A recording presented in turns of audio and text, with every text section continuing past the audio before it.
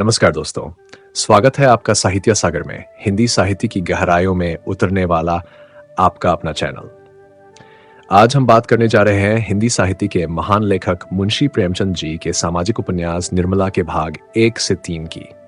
चलिए जानते हैं निर्मला की कहानी की शुरुआत कैसे होती है और कैसे उसका जीवन एक करवट लेता है। ये तो बाबू उदय भानुलाल के परिवार में बीसों ही प्राणी थे। कोई ममेरा भाई था, कोई फुफेरा, कोई भांजा था, कोई भतीजा, लेकिन यहां हमें उनसे कोई प्रयोजन नहीं। वह अच्छे वकील थे, लक्ष्मी प्रसन्न थी और कुटुंब के दरिद्र प्राणियों को आश्रय देना उनका कर्तव्य ही था। हमारा संबंध तो केवल उनकी दोनों कन्याओं से है, जिनमें बड़ी का नाम निर्मला और छोटी का कृष्णा था। अभी कल दोनों साथ साथ गुड़िया खेलती थीं। निर्मला का 15वां साल था, कृष्णा का 10वां। फिर भी उनके स्वभाव में कोई विशेष अंतर न था। दोनों चंचल, खिलारिन और सैर तमाशे पर जान देती थीं। दोनों गुड़िया का धूमधाम से ब्याह करती थीं, सदा काम से जी चुराती थीं। माँ पुकारती रहती थी, पर दोनों कोठे पर छिपी बैठी रहती थी कि न जाने किस काम के लिए बुलाती है। दोनों अपने भाइयों से लड़ती थी, नौकरों को डांटती थी और बाजे की आवाज सुनते ही द्वार पर आकर खड़ी हो जाती थी। परंतु आज एकाएक एक ऐसी बात हो गई है जिसने बड़ी को बड़ी और छोटी को छोटी बना दिया है। कृष्णा वही है, पर निर्मला बड़ी गंभीर, ठतिका, एकांत प्रिय और लज्जाशील हो गई है। इधर महीनों से बाबू उदय भानुलाल निर्मला के विवाह की बातचीत कर रहे थे। आज उनकी मेहनत ठिकाने लगी है। बाबू भालचंद्र सिन्हा के ज्येष्ठ पुत्र भुवन मोहन सिन्हा से बात पक्की हो गई है। वर के पिता ने कह दिया है कि आप अपनी खुशी से ही दहेज दें या न दें, मुझे इसकी परवाह नहीं। हाँ, बारात में जो लोग जाएं उनका आदर सत्कार अच्छी तरह होना चाहिए, जिससे मेरी और आपकी जग हंसाई न हो। बाबू उदय भानुलाल थे तो वकील, पर संचय करना न जानते थे। दहेज उनके सामने कठिन समस्या थी। इसलिए जब वर के पिता ने स्वयं कह दिया कि मुझे दहेज की परवाह नहीं, तो मानो उन्हें आंखें मिल गई। डरते थे, न जाने किस किस के सामने हाथ फैलाना पड़े। 2-3 महाजनों को ठीक कर रखा था। उनका अनुमान था कि हाथ रोकने पर भी 20,000 से कम खर्च न होंगे। यह आश्वासन पाकर वे खुशी के मारे फूले न समाये। इसकी सूचना ने अज्ञान बालिका को मुंह डांप कर एक कोने में बिठा रखा है। उसके हृदय में एक विचित्र शंका समा गई है। रोम रोम में एक अज्ञात भय का संचार हो गया है। न जाने क्या होगा। उसके मन में वे उमंगें नहीं हैं जो युवतियों की आंखों में तिरछी चितवन बनकर, ओंठों पर मधुर हास्य बनकर और अंगों में आलस्य बनकर प्रकट होती है। नहीं, वहां अभिलाषाएं नहीं है, वहां केवल शंकाएं, चिंताएं और भीरू कल्पनाएं हैं। यौवन का अभी तक पूर्ण प्रकाश नहीं हुआ है। कृष्णा कुछ कुछ जानती है, कुछ कुछ नहीं जानती। जानती है बहन को अच्छे अच्छे गहने मिलेंगे, द्वार पर बाजे बजेंगे, मेहमान आएंगे, नाच होगा। ये जानकर प्रसन्न है और ये भी जानती है कि बहन सबके गले मिलकर रोएगी, यहां से रो धोकर विदा हो जाएगी, मैं अकेली रह जाऊंगी। ये जानकर दुखी है, पर यह नहीं जानती कि यह किस लिए हो रहा है। माताजी और पिताजी क्यों बहन को इस घर से निकालने को इतने उत्सुक हो रहे हैं। बहन ने तो किसी को कुछ नहीं कहा, किसी से लड़ाई नहीं की। क्या इसी तरह एक दिन मुझे भी ये लोग निकाल देंगे? मैं भी इसी तरह कोने में बैठकर रोऊंगी और किसी को मुझ पर दया न आएगी। इसलिए वह भयभीत भी है। संध्या का समय था। निर्मला छत पर जानकर अकेली बैठी आकाश की और त्रिषित नेत्रों से ताक रही थी। ऐसा मन होता था, पंख होते तो वह उड़ जाती और इन सारे झंझटों से छूट जाती। इस समय बहुधा दोनों बहनें कहीं सैर करने जाया करती थीं। बग्घी खाली न होती तो बगीचे में ही टहला करती, इसलिए कृष्णा उसे खोजती फिरती थी। जब कहीं न पाया तो छत पर आई और उसे देखते ही हंसकर बोली, तुम यहां आकर छिपी बैठी हो और मैं तुम्हें ढूंढती फिरती हूं। चलो बग्घी तैयार कर आई हूं। निर्मला ने उदासीन भाव से कहा, तू जा, मैं न जाऊंगी। कृष्णा, नहीं मेरी अच्छी दीदी, आज जरूर चलो। देखो कैसी ठंडी ठंडी हवा चल रही है। मेरा मन नहीं चाहता, तू चली जा। कृष्णा की आंखें डबडबा आईं। कांपती हुई आवाज से बोली, आज तुम क्यों नहीं चलती? मुझसे क्यों नहीं बोलती, क्यों नहीं? इधर उधर छिपी छिपी फिरती हो। मेरा जी अकेले बैठे बैठे घबराता है। तुम न चलोगी तो मैं भी न जाऊंगी। यहीं तुम्हारे साथ बैठी रहूंगी निर्मला। और जब मैं चली जाऊंगी तब क्या करेगी? तब किसके साथ खेलेगी और किसके साथ घूमने जाएगी, बता? कृष्णा, मैं भी तुम्हारे साथ चलूंगी, अकेले मुझसे यहां न रहा जाएगा। निर्मला मुस्कुराकर बोली, तुझे अम्मा न जाने देंगी। कृष्णा, तो मैं भी तुम्हें न जाने दूंगी। तुम अम्मा से कह क्यों नहीं देती कि मैं न जाऊंगी? निर्मला, कह तो रही हूं, कोई सुनता है। तो क्या ये तुम्हारा घर नहीं है? निर्मला, नहीं, मेरा घर होता तो कोई क्यों जबरदस्ती निकाल देता? इसी तरह किसी दिन मैं भी निकाल दी जाऊंगी। निर्मला, और नहीं क्या तू बैठी रहेगी? हम लड़कियां हैं, हमारा घर कहीं नहीं होता। कृष्णा, चंद्र भी निकाल दिया जाएगा? चंद्र तो लड़का है, उसे कौन निकालेगा? तो लड़कियां बहुत खराब होती होंगी। निर्मला, खराब न होती तो घर से भगाई क्यों जाती? चंद्र, इतना बदमाश है दा, उसे कोई नहीं भगाता। हम तुम तो कोई बदमाशी भी नहीं करती। एकाएक चंद्र धम धम करता हुआ छत पर आ पहुंचा और निर्मला को देखकर बोला, अच्छा आप यहां बैठी हैं। ओहो, अब तो बाजे बजेंगे, दीदी दुल्हन बनेंगी, पालकी पर चढ़ेंगी। ओहो। चंद्र का पूरा नाम चंद्रभानु सिन्हा था। निर्मला से 3 साल छोटा और कृष्णा से 2 साल बड़ा। निर्मला, चंद्र, मुझे चिढ़ाओगे तो अभी जाकर अम्मा से कह दूंगी। तो चिढ़ती क्यों हो, तुम भी बाजे सुनना। ओहो हो, अब दुल्हन बनेंगी। क्यों किशनी, तू बाजे सुनेगी ना? वैसे बाजे तूने कभी ना सुने होंगे। क्या बैंड से भी अच्छे होंगे? चंद्र, हाँ हाँ, बैंड से भी अच्छे, 1000 गुने अच्छे, लाख गुने अच्छे। तुमने जाने क्या एक बैंड सुन लिया तो समझने लगी कि उसे अच्छे बाजे नहीं होते। बाजे बजाने वाले लाल लाल वर्दियां और काली काली टोपियां पहने होंगे। ऐसे खूबसूरत मालूम होंगे कि तुमसे क्या कहूं। आतिशबाजियां भी होंगी, हवायां आसमान में उड़ जाएंगी और वहां तारों में लगेंगी तो लाल, पीले, हरे, नीले तारे टूट टूट कर गिरेंगे। बड़ा मजा आएगा। कृष्णा, और क्या क्या होगा चंदन, बता दे मेरे भैया। चंदन, मेरे साथ घूमने चल तो रास्ते में सारी बातें बता दूं। ऐसे ऐसे तमाशे होंगे कि देखकर तेरी आंखें खुल जाएंगी। हवा में उड़ती हुई परियां होंगी, सचमुच की परियां। अच्छा चलो, लेकिन न बताओगे तो मारूंगी। चंद्रभानु और कृष्णा चले गए, पर निर्मला अकेली बैठी रह गई। कृष्णा के चले जाने से इस समय उसे बड़ा क्षोभ हुआ। कृष्णा, जिसे वह प्राणों से भी अधिक प्यार करती थी, आज इतनी निठुर हो गई, अकेली छोड़कर चली गई। बात कोई न थी, लेकिन दुखी हृदय दुखती हुई आंख है जिसमें हवा से भी पीड़ा होती है। निर्मला बड़ी देर तक बैठी रोती रही। भाई बहन, माता पिता सभी इसी भांति मुझे भूल जाएंगे। सबकी आंखें फिर जाएंगी, फिर शायद इन्हें को भी तरस जाऊं। बाग में फूल खिले हुए थे, मीठी मीठी सुगंध आ रही थी, चैत की शीतलमंद स्मीर चल रही थी, आकाश में तारे छिटके हुए। निर्मला इन्हीं शोकमय विचारों में पड़ी पड़ी सो गई और आंख हलकते ही उस कामन स्वप्न देश में विचरने लगा। क्या देखती है कि सामने एक नदी लहरें मार रही है और वह नदी किनारे नाव की बाट देखी है। संध्या कास्मय है, अंधेरा किसी भयंकर जंतु की भांति बढ़ता चला आता है।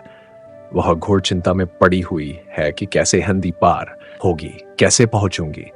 रो रही है कि कहीं रात न हो जाए, नहीं तो मैं अकेली यहां कैसे रहूंगी। एकाएक उसे एक सुंदर नौका घाट की ओर आती दिखाई देती है। वह खुशी से उछल पड़ती है और ज्यों ही नाव घाट पर आती है, वह उस पर चढ़ने के लिए बढ़ती है, लेकिन ज्यों ही नाव के पटरे पर पैर रखना चाहती है, उसका मल्लाह बोल उठता है, तेरे लिए यहां जगह नहीं है। वह मल्लाह की खुशामद करती है, उसके पैरों पड़ती है, रोती है, लेकिन वह ये कह जाता है, तेरे लिए यहां जगह नहीं है। एक क्षण में नाव खुल जाती है, वह चिल्ला चिल्ला कर रोने लगती है। नदी के निर्जन तट पर रात भर कैसे रहेगी, यह सोच वह नदी में कूदकर उस नाव को पकड़ना चाहती है कि इतने में कहीं से आवाज आती है, ठहरो ठहरो, नदी गहरी है, डूब जाओगी। वह नाव तुम्हारे लिए नहीं है, मैं आता हूं, मेरी नाव में बैठ जाओ, मैं उस पार पहुंचा दूंगा। वह भयभीत होकर इधर उधर देखती है कि यह आवाज कहां से आई। थोड़ी देर के बाद एक छोटी सी डोंगी आती दिखाई देती है। उसमें न पाल है, न पतवार और न मस्तूल। पेंदा फटा हुआ है, तख्ते टूटे हुए, नाव में पानी भरा हुआ है और एक आदमी उसमें से पानी उलीच रहा है। वह उससे कहती है, यह तो टूटी हुई है, यह कैसे पार लगेगी? मल्लाह कहता है, तुम्हारे लिए ही भेजी गई है, आकर बैठ जाओ। वह एक क्षण सोचती है, इसमें बैठूं या न बैठूं। अंत में वह निश्चय करती है, बैठ जाऊं। यहां अकेली पड़ी रहने से नाव में बैठ जाना फिर भी अच्छा है। किसी भयंकर जंतु के पेट में जाने से तो यही अच्छा है कि नदी में डूब जाऊं। कौन जाने नाव पार पहुंच ही जाए। यह सोचकर वह प्राणों को मुट्ठी में लिए हुए नाव पर बैठ जाती है। कुछ देर तक नाव डगमगाती हुई चलती है, लेकिन प्रतिक्षण उसमें पानी भरता जाता है। वह भी मल्लाह के साथ दोनों हाथों से पानी उलीचने लगती है, यहां तक कि उनके हाथ थक जाते हैं, पर पानी बढ़ता ही चला जाता है। आखिर नाव चक्कर खाने लगती है। मालूम होता है अब डूबी, अब डूबी। तब वह किसी अदृश्य सहारे के लिए दोनों हाथ फैलाती है, नाव नीचे जाती है और उसके पैर उखड़ जाते हैं। वह जोर से चिल्लाई और चिल्लाते ही उसकी आंखें खुल गई। देखा तो माता सामने खड़ी उसका कंधा पकड़कर हिला रही थी। बाबू उदय भानुलाल का मकान बाजार बना हुआ है। बरामदे में सुनार के हथौड़े और कमरे में दर्जी की सुइयां चल रही हैं। सामने नीम के नीचे बड़ी चारपाइयां बना रहा है। खपड़ैल में हलवाई के लिए भट्ठा खोदा गया है। मेहमानों के लिए अलग एक मकान ठीक किया गया है। यह प्रबंध किया जा रहा है कि हर एक मेहमान के लिए एक एक चारपाई, एक एक कुर्सी और एक एक मेज हो। हर 3 मेहमानों के लिए एक एक कहा रखने की तजवीज हो रही है। अभी बारात आने में 1 महीने की देर है, लेकिन तैयारियां अभी से हो रही हैं। बारातियों का ऐसा सत्कार किया जाए कि किसी को जबान हिलाने का मौका न मिले। वे लोग भी याद करें कि किसी के यहां बारात में गए थे। पूरा मकान बर्तनों से भरा हुआ है। चाय के सेट हैं, नाश्ते की तस्तरियां, थाल, लोटे, गिलास। जो लोग नित्य खाट पर पड़े हुक्का पीते रहते थे, बड़ी तत्परता से काम में लगे हुए हैं। अपनी उपयोगिता सिद्ध करने का ऐसा अच्छा अवसर उन्हें फिर बहुत दिनों के बाद मिलेगा। जहां एक आदमी को जाना होता है, 5 दौड़ते हैं। काम कम होता है। जरा जरा सी बात पर घंटों तर्क वितर्क होता है और अंत में वकील साहब को आकर निर्णय करना पड़ता है। एक कहता है ये घी खराब है, दूसरा कहता है इससे अच्छा बाजार में मिल जाए तो टांग की राह से निकल जाओ। तीसरा कहता है इसमें तो हीक आती है। चौथा कहता है तुम्हारी नाक ही सड़ गई है, तुम क्या जानो घी किसे कहते हैं। जब से यहां आए हो घी मिलने लगा है, नहीं तो घी के दर्शन भी न होते थे। इस पर तकरार बढ़ जाती है और वकील साहब को झगड़ा चुकाना पड़ता है। रात के 9 बजे थे। उदय भानुलाल अंदर बैठे हुए खर्च का तखमीना लगा रहे थे। वह प्राय रोज ही तखमीना लगते थे, पर रोज ही उसमें कुछ न कुछ परिवर्तन और परिवर्धन करना पड़ता था। सामने कल्याणी भौहें सिकोड़े हुए खड़ी थी। बाबू साहब ने बड़ी देर के बाद सिर उठाया और बोले 10,000 से कम नहीं होता, बल्कि शायद और बढ़ जाए। कल्याणी 10 दिन में 5 से 10,000 हुए, 1 महीने में तो शायद 1,09,000 बता जाए। उदय भानु क्या करूं, जग हंसाई भी तो अच्छी नहीं लगती। कोई शिकायत हुई तो लोग कहेंगे नाम बड़े दर्शन थोड़े। फिर जब वह मुझसे दहेज 1 पाई नहीं लेते तो मेरा भी कर्तव्य है कि मेहमानों के आदर सत्कार में कोई बात उठा न रखूं। कल्याणी जब से ब्रह्मा ने सृष्टि रची तब से आज तक कभी बारातियों को कोई प्रसन्न नहीं रख सकता। उन्हें दोष निकालने और निंदा करने का कोई न कोई अवसर मिल ही जाता है। जिसे अपने घर सूखी रोटियां भी मैसर नहीं, वह भी बारात में जाकर तानाशाह बन बैठता है। तेल खुशबूदार नहीं, साबुन टके सेर का जाने कहां से बटोर लाए, कहार बात नहीं सुनते, लालटेनें धुआं देती हैं, कुर्सियों में खटमल है, चारपाइयां डीली है, जनवासे की जगह हवादार नहीं। ऐसी ऐसी हजारों शिकायतें होती रहती हैं। उन्हें आप कहां तक रोकिएगा? अगर ये मौका न मिला तो कोई ऐब निकाल लिए जाएंगे। भाई ये तेल तो रंडियों के लगाने लायक, हमें तो सादा तेल चाहिए। जनाब ने यह साबुन नहीं भेजा है, अपनी अमीरी की शान दिखाई है, मानो हमने साबुन देखा ही नहीं। ये कहार नहीं यमदूत है, जब देखिए सिर पर सवार। लालटेनें ऐसी भेजी है कि आंखें चमकने लगती हैं। अगर 10-5 दिन इस रोशनी में बैठना पड़े तो आंखें फूट जाएं। जनवासा क्या है, अभागे का भाग्य है, जिस पर चारों तरफ से झोंके आते रहते हैं। मैं तो फिर यही कहूंगी कि बारातियों के नखरों का विचार ही छोड़ दो। उदय भानु तो आखिर तुम मुझे क्या करने को कहती हो? कल्याणी कह तो रही हूं, पक्का इरादा कर लो कि मैं 5,000 से अधिक न खर्च करूंगा। घर में तो टका है नहीं, कर्ज ही का भरोसा ठहरा, तो इतना कर्ज क्यों लें कि जिंदगी में अदा न हो। आखिर मेरे और बच्चे भी तो हैं, उनके लिए भी तो कुछ चाहिए। उदय भानु तो आज मैं मरा जाता हूं। कल्याणी जीने मरने का हाल कोई नहीं जानता। कल्याणी इसमें बिगड़ने की तो कोई बात नहीं, मरना एक दिन सभी को है। कोई यहां अमर होकर थोड़े ही आया है। आंखें बंद कर लेने से तो होने वाली बात न टलेगी। रोज आंखों देखती हूं, बाप का देहांत हो जाता है, उसके बच्चे गली गली ठोकरें खाते फिरते हैं। आदमी ऐसा काम ही क्यों करे? उदय भानु ने जलकर कहा, जो अब समझ लूं कि मेरे मरने के दिन निकट आ गए, यही तुम्हारी भविष्यवाणी है। सुहाग से स्त्रियों का जी ऊबते नहीं सुना था, आज ये नई बात मालूम हुई। रंडापे में भी कोई सुख होगा ही। कल्याणी तुमसे दुनिया की कोई भी बात कही जाती है तो जहर उगलने लगते हो, इसलिए न कि जानते हो इसे कहीं टिकना नहीं है, मेरी ही रोटियों पर पड़ी हुई है या और कुछ। जहां कोई बात कही बस सिर हो गए, मानो मैं घर की लौंडी हूं। मेरा केवल रोटी और कपड़े का नाता है। जितना ही मैं दबती हूं, तुम और भी दबाते हो।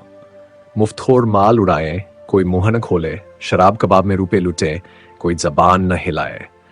वे सारे कांटे मेरे बच्चों ही के लिए तो बोए जा रहे हैं। उदय भानुलाल, तो मैं क्या तुम्हारा गुलाम हूं? कल्याणी, तो क्या मैं तुम्हारी लौंडी हूं? उदय भानुलाल, ऐसे मर्द और होंगे जो औरतों के इशारों पर नाचते हैं, तो ऐसी स्त्रियों भी होंगी जो मर्दों की जूतियां सहा करती हैं। उदय भानुलाल, मैं कमाकर लाता हूं, जैसे चाहूं खर्च कर सकता हूं, किसी को बोलने का अधिकार नहीं। कल्याणी, तो आप अपना घर संभलिए। ऐसे घर को मेरा दूर ही से सलाम है, जहां मेरी कोई पूछ नहीं। घर में तुम्हारा जितना अधिकार है उतना ही मेरा भी, इससे जौ भर भी कम नहीं। अगर तुम अपने मन के राजा हो तो मैं भी अपने मन को रानी हूं। तुम्हारा घर तुम्हें मुबारक रहे। मेरे लिए पेट की रोटियों की कमी नहीं है। तुम्हारे बच्चे हैं, मारो या जिलाओ। न आंखों से देखूंगी न पीड़ा होगी। आंखें फूटीं, पीर गई। उदय भानु, क्या तुम समझती हो कि तुम न संभालेगी तो मेरा घर ही न संभलेगा? मैं अकेले ऐसे ऐसे 10 घर संभाल सकता हूं। कल्याणी, कौन? अगर आज के महीने दिन मिट्टी में न मिल जाए तो कहना कोई कहती थी। ये कहते कहते कल्याणी का चेहरा तमतमा उठा। वह झमकर उठी और कमरे के द्वार की ओर चली। वकील साहब मुकदमे में तो खूब मीन मेख निकालते थे, लेकिन स्त्रियों के स्वभाव का उन्हें कुछ यूं ही सा ज्ञान था। यही एक ऐसी विद्या है जिसमें आदमी बूढ़ा होने पर भी कोरा रह जाता है।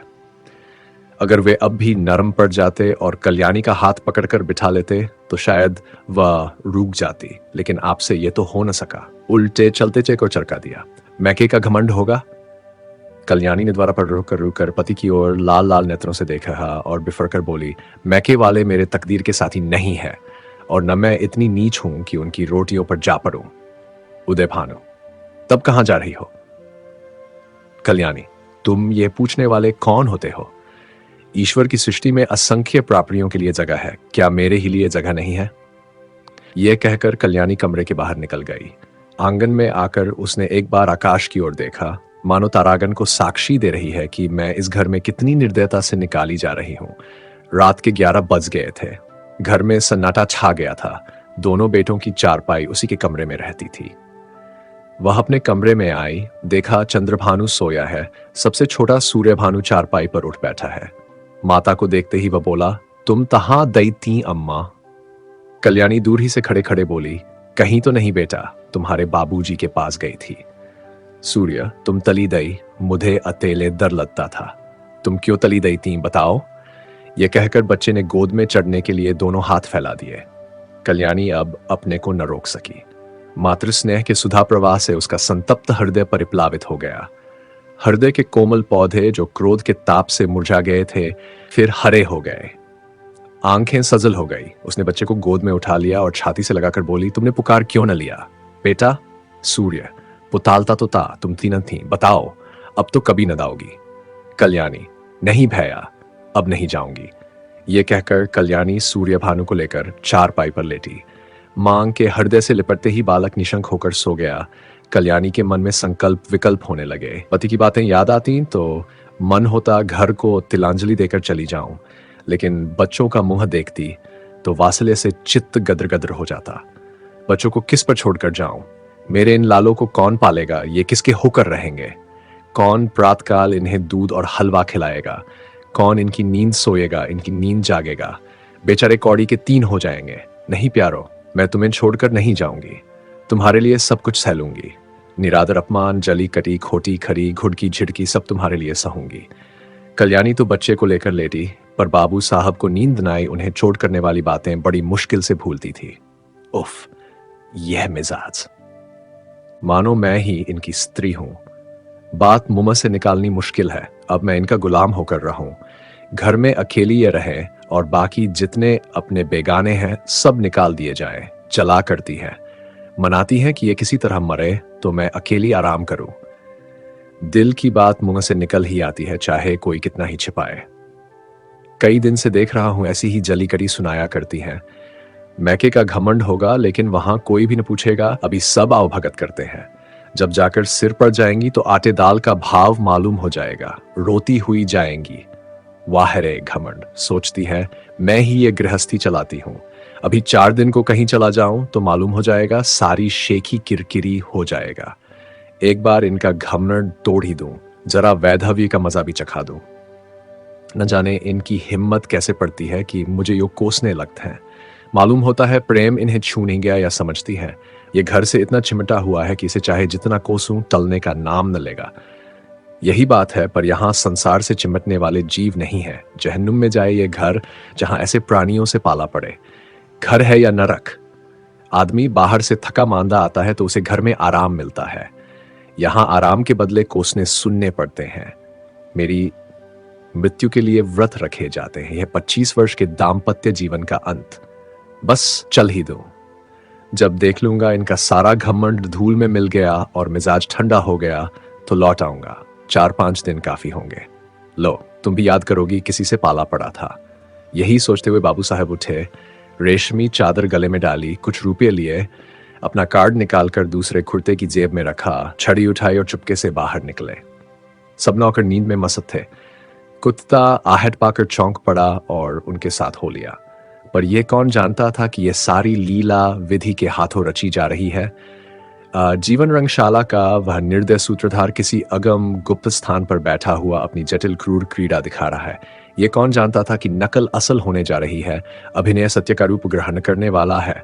निशाने इंदु को परास्त करके अपना साम्राज्य स्थापित कर लिया था। उसकी पैशाचिक सेना ने प्रकृति पर आतंक जमा रखा था। सदुवृत्तियां मुझ छिपाए पड़ी थीं और कुवृत्तियां विजय गर्व से इठलाती फिरती थीं। वन में वन्य जंतु शिकार की खोज में विचार रहे थे और नगरों में नरपिशाच गलियों में मंडराते फिरते थे। बाबू उदय भानुलाल लपके हुए गंगा की चले जा रहे थे। उन्होंने अपना कुर्ता घाट के किनारे रखकर 5 दिन के लिए मिर्जापुर चले जाने का निश्चय किया था। उनके एक पड़े देखकर लोगों कोड़ू बजाने का विश्वास हो जाएगा। कार्ड कुर्ते की जेब में था। पता लगाने में कोई दिक्कत न हो सकती थी। दम के दम में सारे शहर में खबर मशहूर हो जाएगी। 8 बजते बजते तो मेरे द्वार पर सारा शहर जमा हो जाएगा। तब देखूं देवी जी क्या करती हैं। यही सोचते हुए बाबू साहब गलियों में चले जा रहे थे। सहसा उन्हें अपने पीछे किसी दूसरे आदमी के आने की आहट मिली। समझे कोई होगा। आगे बढ़े, लेकिन जिस गली में वह मुड़ते उसी तरफ यह आदमी भी मुड़ता था। तब बाबू साहब को आशंका हुई कि आदमी मेरा पीछा कर रहा है। ऐसा आभास हुआ कि इसकी नीयत साफ नहीं है। उन्होंने तुरंत जेबी लालटेन निकाली और उसके प्रकाश में उस आदमी को देखा। एक वरिष्ठ मनुष्य कंधे पर लाठी रखे चला था। बाबू साहब उसे देखते ही चौंक पड़े। यह शहर का छठा हुआ बदमाश था। 3 साल पहले उस पर डाके का अभियोग चला था।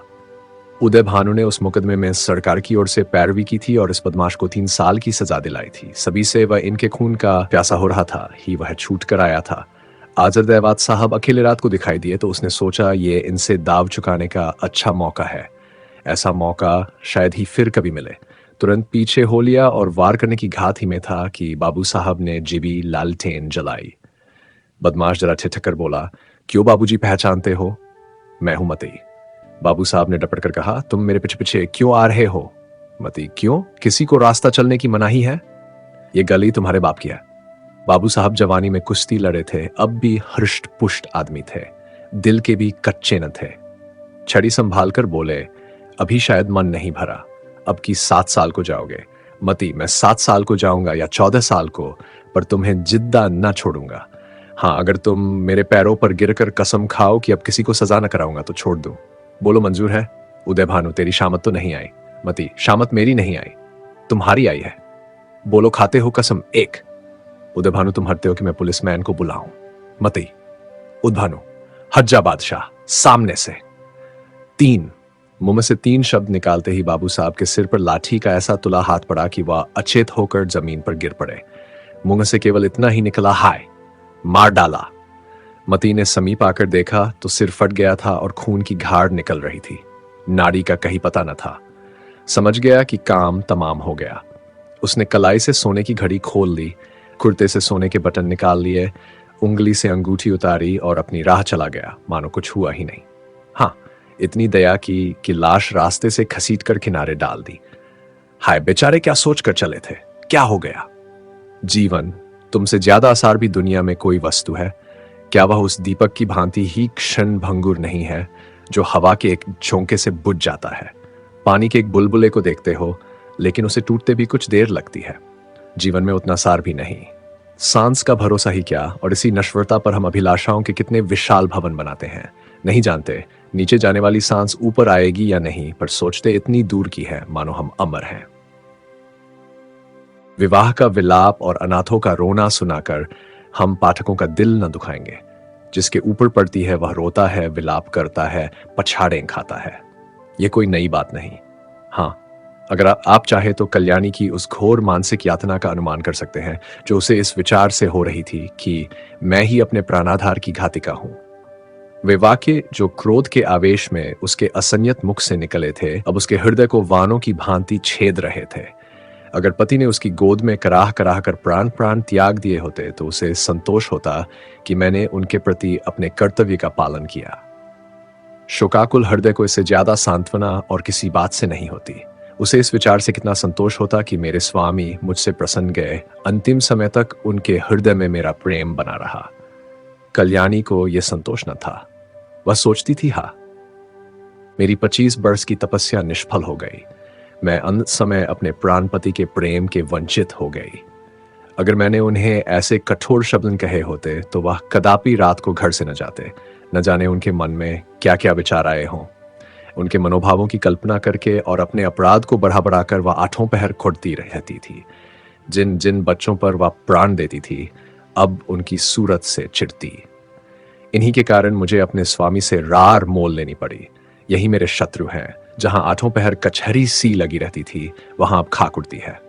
वह मेला ही उठ गया। जब खिलाने वाला ही न रहा तो खाने वाले कैसे पड़े रहते।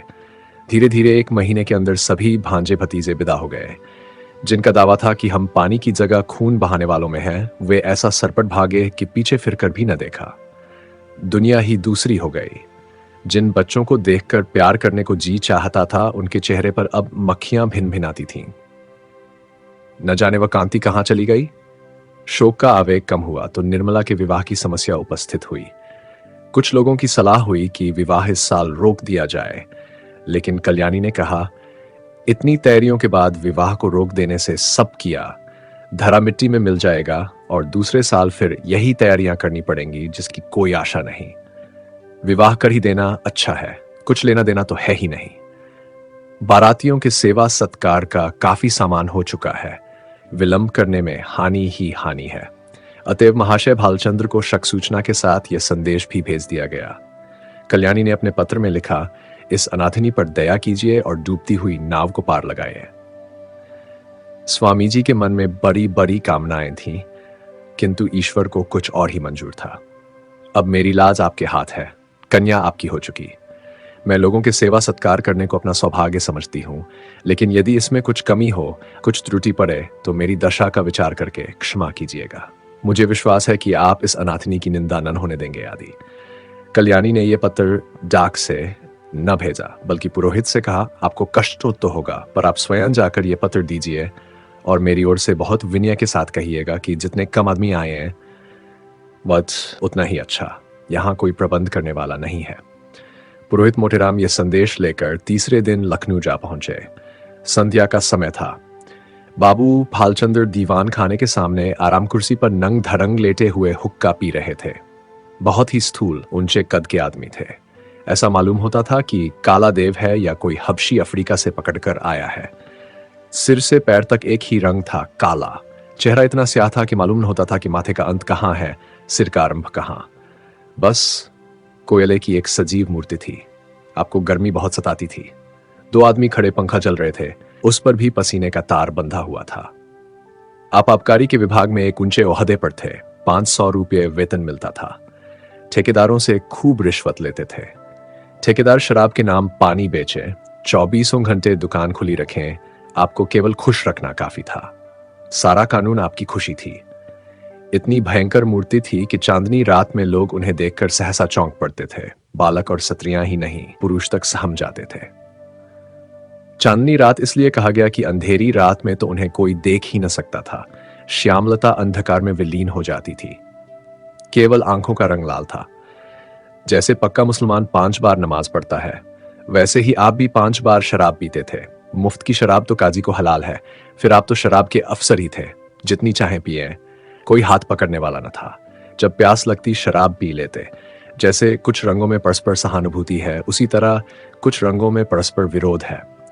लालिमा के संयोग से कालिमा और भी भयंकर हो जाती है। बाबू साहब ने पंडित जी को देखते ही कुर्सी से उठकर कहा, अक्खा आप हैं? आए, धन्य भाग। अरे कोई है। कहाँ चले गए सबके सब? झगड़ू, गुरदीन, छकौड़ी, भवानी, राम गुलाम कोई है क्या? सबके सब मर गए। चलो राम गुलाम, भवानी, छकौड़ी, गुरदीन, झगड़ू कोई नहीं बोलता, सब मर गए। दर्जन भर आदमी है पर मौके पर एक की भी सूरत नहीं नजर आती। न जाने सब कहाँ गायब हो जाते हैं।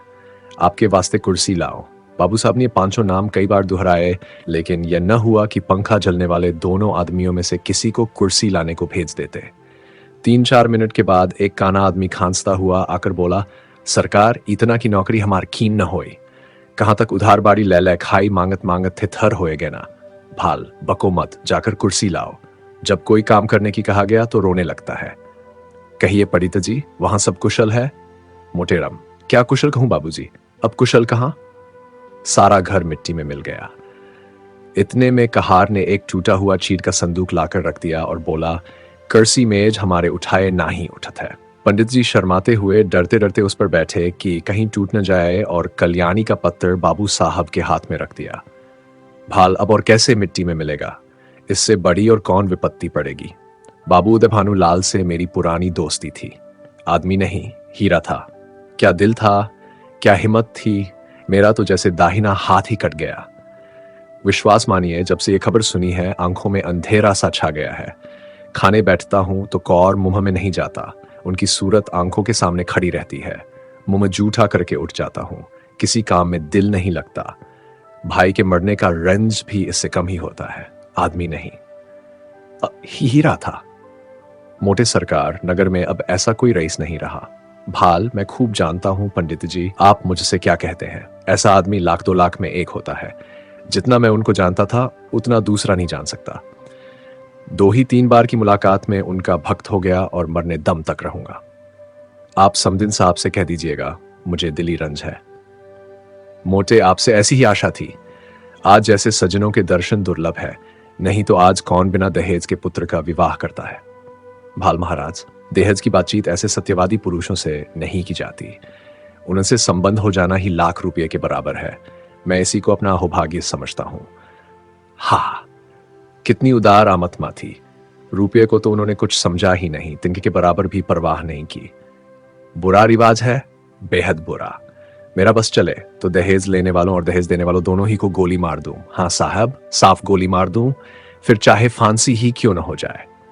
पूछो, आप लड़के का विवाह करते हैं कि उसे बेचते हैं?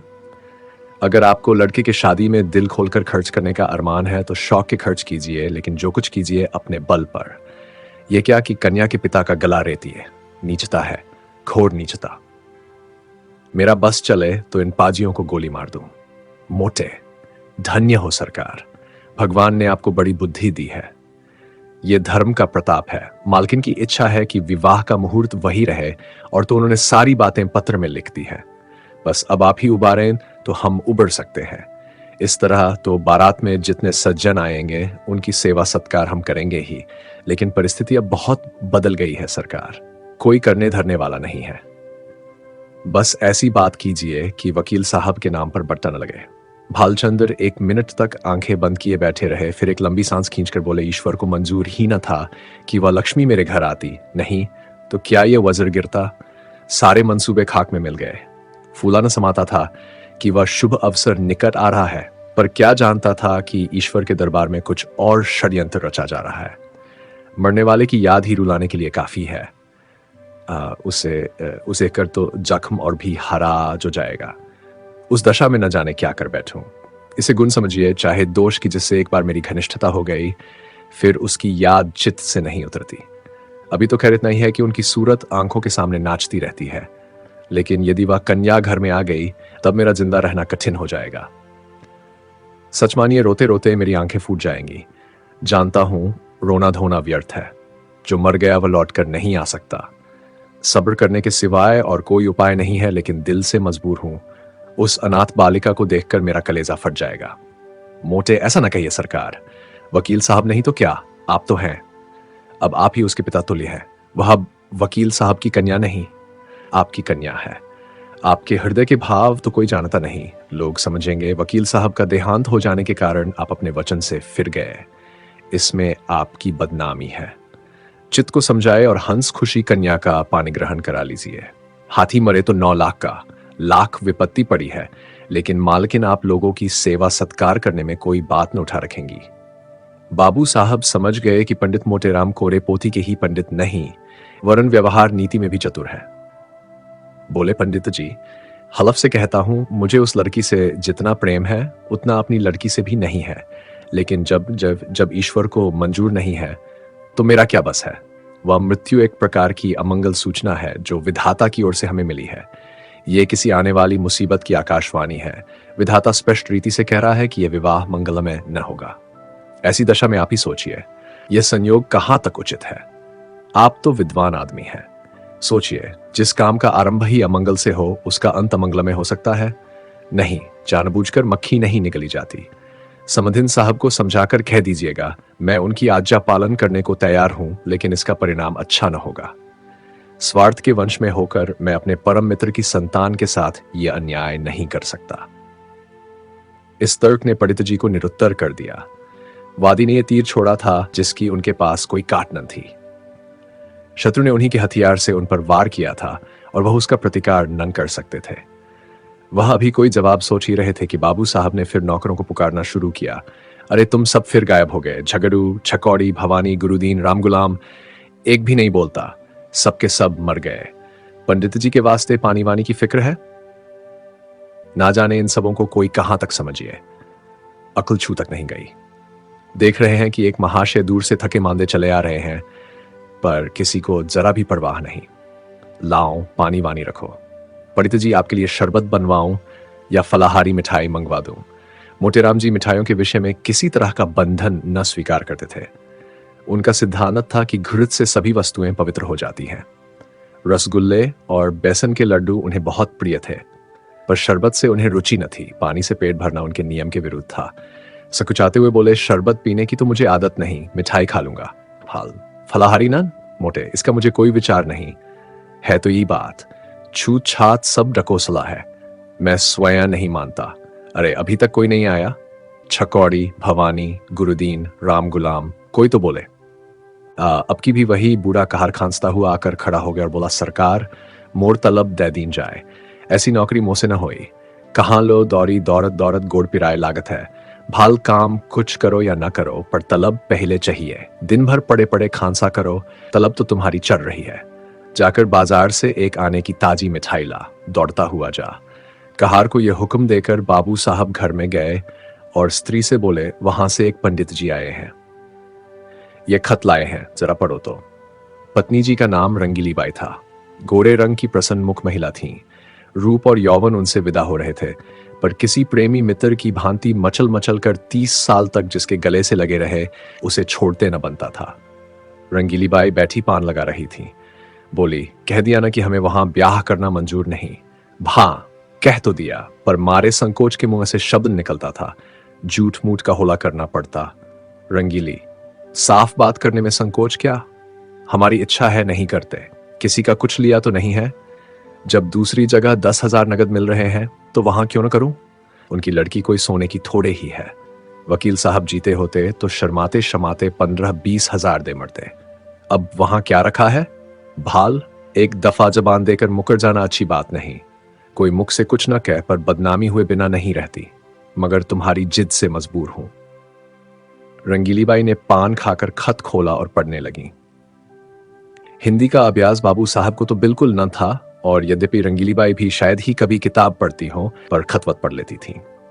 पहली ही पांति पढ़कर उनकी आंखें सजल हो गईं और पत्र समाप्त किया तो उनकी आंखों से आंसू बह रहे थे।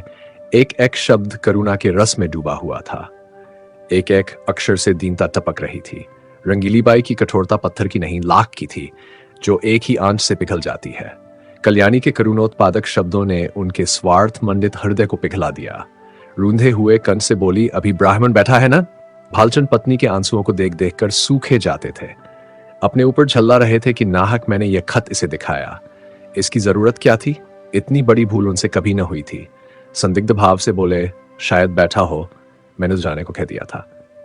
रंगीली ने खिड़की से झांक कर देखा।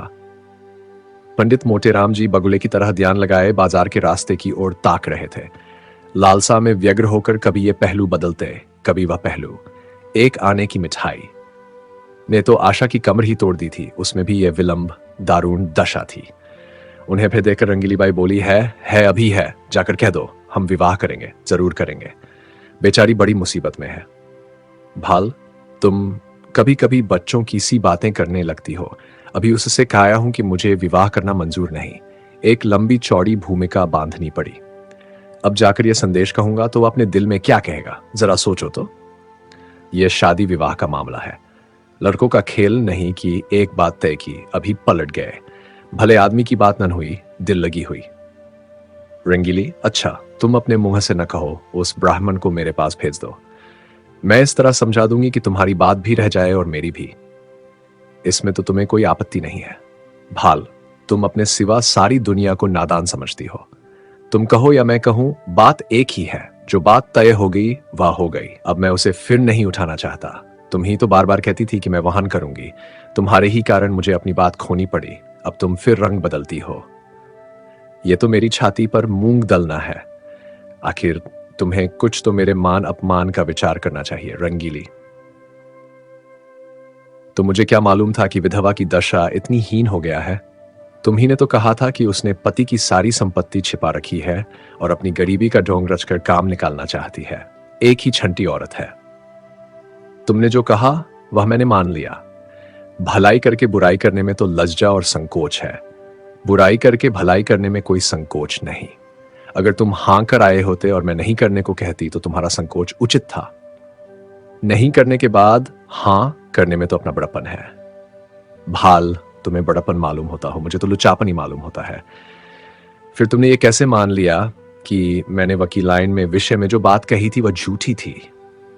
क्या वह पत्थर देखकर? तुम जैसी खुद सरल हो वैसे ही दूसरे को भी सरल समझती हो।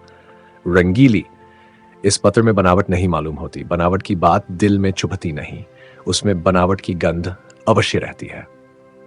भाल, बनावट की बात तो ऐसी चुभती है कि सच्ची बात उसके सामने बिल्कुल फीकी मालूम होती है। ये किस्से कहानियां लिखने वाले जिनकी किताबें पढ़ पढ़कर तुम घंटों रोती हो, क्या सच्ची बातें लिखते हैं? सरासर झूठ का तुमार बांधते हैं। यह भी एक कला है। रंगीली, क्यों जी, तुम मुझसे भी उड़ते हो, दाई से पेट छिपाते हो। मैं तुम्हारी बातें मान जाती हूं तो तुम समझते हो इसे चकमा दिया, मगर मैं तुम्हारी एक एक नस पहचानती हूं। तुम अपना ऐब मेरे सिर मरकर खुद बेदाग बचना चाहते हो। बोलो, कुछ झूठ कहती हूं। जब वकील साहब जीते थे, जो तुमने सोचा था कि ठहराव की जरूरत ही क्या है, वे खुद ही जितना उचित समझेंगे देंगे, बल्कि बिना ठहराव के और भी ज्यादा मिलने की आशा होगी। अब जो वकील साहब का देहांत हो गया तो तरह तरह के हीले हवाले करने लगे। ये भलमनसी नहीं, छोटापन है, इसका इल्जाम भी तुम्हारे सिर है। मैं अब शादी ब्याह के नगीच न जाऊंगी। तुम्हारी जैसी इच्छा हो करो। डोंगी आदमियों से मुझे चिढ़ है। जो बात करो सफाई से करो, बुरा हो या अच्छा। हाथी के दांत खाने के और दिखाने के और वाली नीति पर चलना तुम्हें शोभा नहीं देता। बोला, आप भी वहां शादी करते हो या नहीं? भाला, जब मैं बेईमान, दगाबाज और झूठा ठहरा तो मुझसे पूछना ही क्या, मगर खूब पहचानती हो आदमियों को। क्या कहना है तुम्हारी इस सूझबूझ की बलैया ले ले। रंगीली, हो बड़े हयादार, बब ही नहीं शर्माते। ईमान से कहा, मैंने बात ताड़ ली कि नहीं? भाल, अजी जाओ। वह दूसरी औरतें होती हैं जो मर्दों को पहचानती हैं। अब तक मैं यही समझता था कि औरतों की दृष्टि बड़ी सूक्ष्म होती है, पर आज ये विश्वास उड़ गया और महात्माओं ने औरतों के विषय में जो तत्व की बातें कही है उनको मानना पड़ा। रंगीली, जरा आईने में अपनी सूरत तो देखाओ, तुम्हें मेरी कमस है। जरा देख लो कितना झेंपे हुए हो। भाल, सच कहना, कितना झेंपा हुआ हूं? रंगीली, इतना ही जितना कोई भलामानस चोर छोरी खुल जाने पर झेंपता है। भाल, खैर मैं झेंपा ही सही, पर शादी वहां न होगी। रंगीली, मेरी बला से जहां चाहो करो। क्यों, भुवन से एक बार क्यों नहीं पूछ लेते? भाल, अच्छी बात है, उसी पर फैसला रहा, जरा भी इशारा न करना। अजी, मैं उसकी तरफ ताकूंगा भी नहीं। संयोग से ठीक इसी वक्त भुवन मोहन भी आ पहुंचा। ऐसे सुंदर सुडौल बलिष्ठ युवक कॉलेजों में बहुत कम देखने में आते हैं। बिल्कुल मांग को पड़ा था। वही गोरा चिट्टा रंग, वही पतलतले गुलाब की पत्ती के से ओंठ, वही चौड़ा माथा, वही बड़ी बड़ी आंखें, डील डॉल बाप का सा था। ऊंचा कोट, ब्रीचे, टाई, बूट, हैट उस पर खूब लग रहे थे। हाथ में एक हॉकी स्टिक थी। चाल में जवानी का गरूर था, आंखों में आत्म गौरव। रंगीली ने कहा, आज बड़ी देर लगाई तुमने। ये देखो, तुम्हारी ससुराल से यह खत आया है। तुम्हारी सास ने लिखा है, साफ साफ बतला दो, अभी सवेरा है। तुम्हें वहां शादी करना मंजूर है या नहीं? भुवन, शादी करनी तो चाहिए अम्मा, पर मैं करूंगा नहीं। रंगीली, क्यों? भुवन, कहीं ऐसी जगह शादी करवाए कि खूब रुपए मिले, और न सही 1 लाख का तो डॉल हो। वहां अब क्या रखा है? वकील साहब रहे ही नहीं, बुढ़िया के पास अब क्या होगा? रंगीली, तुम्हें ऐसी बातें मुंह से निकालते शर्म नहीं आती? भुवन, इसमें शर्म की कौन सी बात है? रुपए किसे काटते हैं? लाख रुपए तो लाख जन्म में भी न जमा कर पाऊंगा। इस साल पास भी हो गया तो कम साल तक रुपए से सूरत नजर न आएगी। फिर 100-200 रुपए महीने कमाने लगूंगा। 5 तक पहुंचते पहुंचते उम्र के 3 भाग बीत जाएंगे। रुपये जमा करने की नौबत ही ना आएगी। दुनिया का कुछ मजा ना उठा सकूंगा। किसी धनी की लड़की से शादी हो जाती तो चैन से कटती। मैं ज्यादा नहीं चाहता, बस 1 लाख हो, या फिर कोई ऐसी जायदाद वाली बेवा मिले जिसके एक ही लड़की हो। रंगीली, चाहे औरत कैसे ही मिले। भुवन, धन सारे ऐबों को छिपा देगा। मुझे वह गाली सुनाए तो भी छू न करो।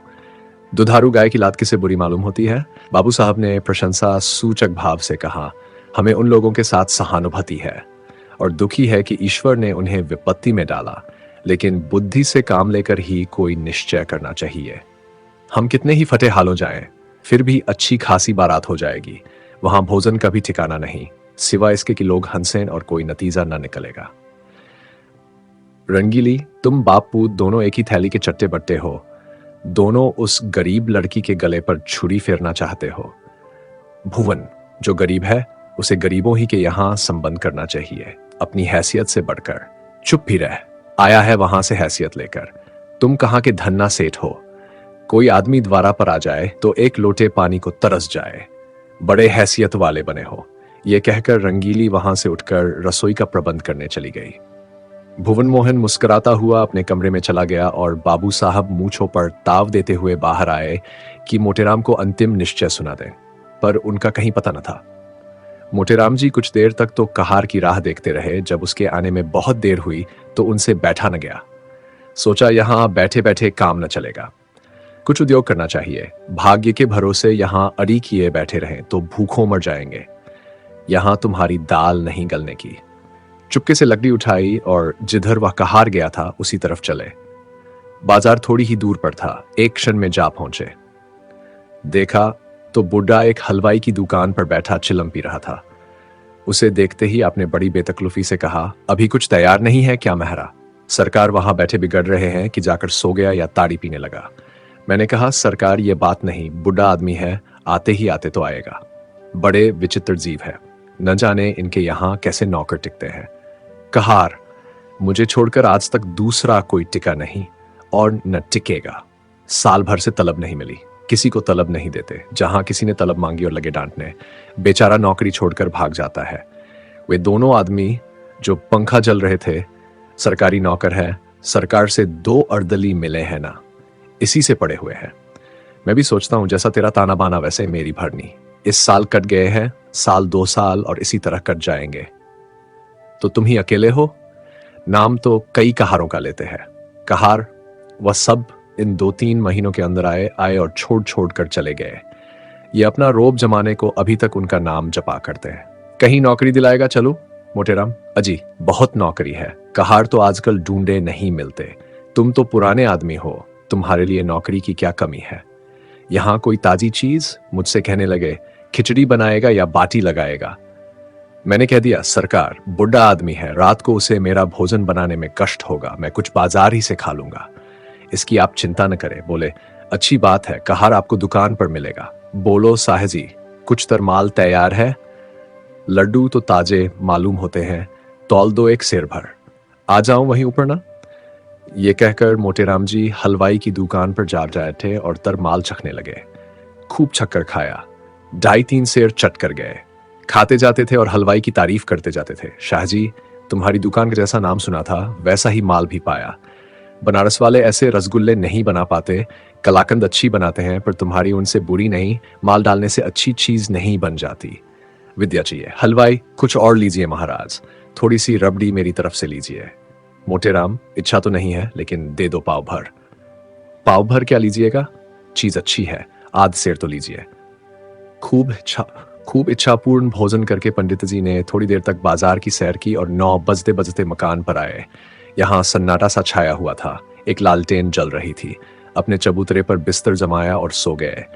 सवेरे अपने नियमानुसार कोई 8 बजे उठे तो देखा कि बाबू साहब टहल रहे हैं। इन्हें जगह देखकर वह पालागन कर बोले, महाराज आज रात कहाँ चले गए? मैं बड़ी रात तक आपकी राह देखता रहा। भोजन का सब सामान बड़ी देर तक रखा रहा। जब आज ना आए तो रखवा दिया गया। आपने कुछ भोजन किया था या नहीं? मोटे, हलवाई की दुकान में कुछ खा आया था। अजी, पूरी मिठाई में वह आनंद कहाँ जो बाटी और दाल में है। 10-12 आने खर्च हो गए होंगे, फिर भी पेट न भरा होगा। आप मेरे मेहमान हैं, जितने पैसे लगे हों ले लीजिएगा। मोटे, आप ही के हलवाई की दुकान पर खाया था, वह जो नुक्कड़ पर बैठता है। कितने पैसे देने पड़े? मोटे, आपके हिसाब में लिखा दिए हैं। भाल, जितनी मिठाइयां ली हो मुझे बता दीजिए, नहीं तो पीछे से बेईमानी करने लगेगा। एक ही ठग है। मोटे, कोई 2.5 सेर मिठाई थी और आधा सेर रबड़ी। बाबू साहब ने विस्फारित नेत्रों से पंडित जी को देखा, मानो कोई अचंभे की बात सुनी हो।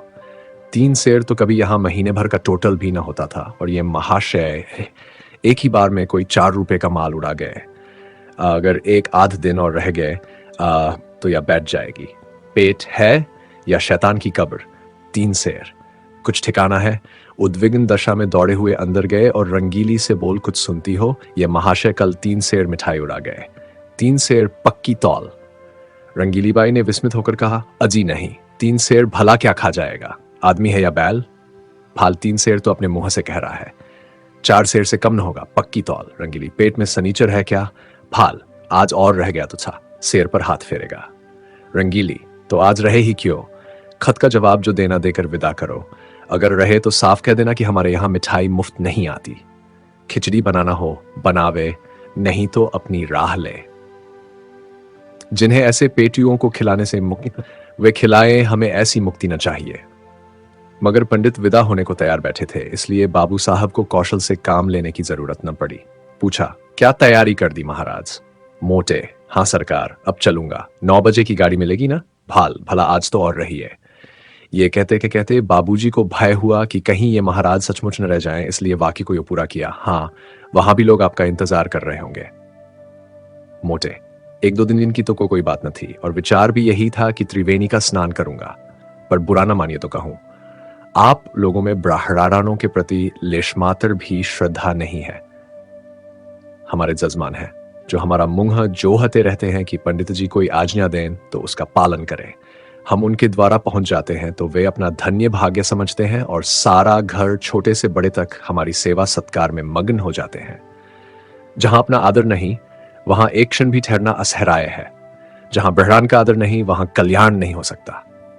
भाल महाराज, हमसे तो ऐसा अपराध नहीं हुआ। मोटे, अपराध नहीं हुआ, और अपराध कहते किसे हैं?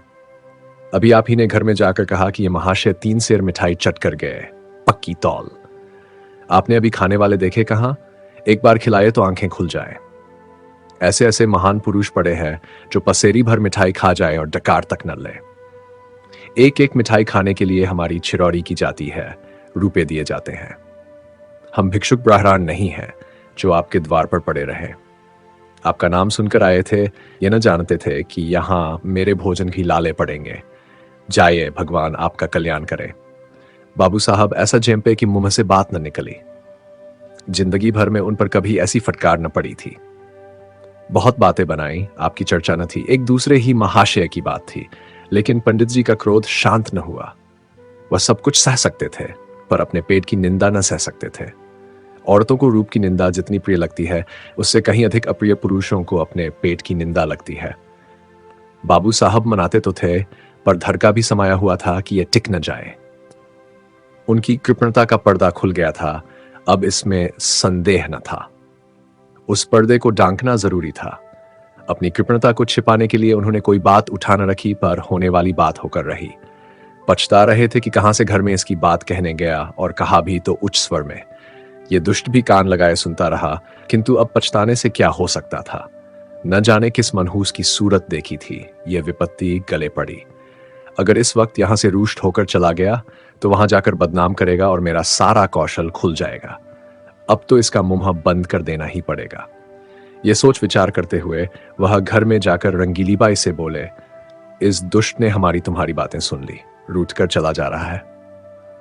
रंगीली, जब तुम जानते थे कि द्वार पर खड़ा है तो धीरे से क्यों न बोले, भाल विपत्ति आती है तो अकेले नहीं आती। ये क्या जानता था कि वह द्वार पर कान लगाए खड़ा है। रंगीली, न जाने किसका मुंह देख था। वही दुष्ट सामने लेटा हुआ था, जानता तो उधर ताकता ही नहीं। अब तो इसे कुछ दे दिलाकर राजी करना पड़ेगा। रंगीली, जाने भी दो। जब तुम्हें वहां विवाह ही नहीं करना है तो क्या परवाह है, जो चाहे समझे, जो चाहे कहे। भाल जान बचेगी। आओ 10 रुपये विदाई के बहाने दे दूं। ईश्वर फिर इस मनहूस की सूरत न दिखाए। रंगीली ने बहुत अचताते पछताते 10 रुपये निकाले और बाबू साहब ने उन्हें ले जाकर पंडित जी के चरणों पर रख दिया। पंडित जी ने दिल में कहा, धत्तेरे मक्खी चूस की, ऐसा रगड़ा कि याद करोगे। तुम समझते होगे कि 10 रुपये देकर इसे उल्लू बना लूंगा। इस फेर में न रहना। यहां तुम्हारी नस नस पहचानते हैं। रुपये जेब में रख लिए और आशीर्वाद देकर अपनी राह ली। बाबू साहब बड़ी देकर तक खड़े सोच रहे थे, मालूम नहीं अब भी मुझे कृपण ही समझ रहा है या पर्दा डंक गया। कहीं ये रुपये भी तो पानी पानी में नहीं गिर पड़े।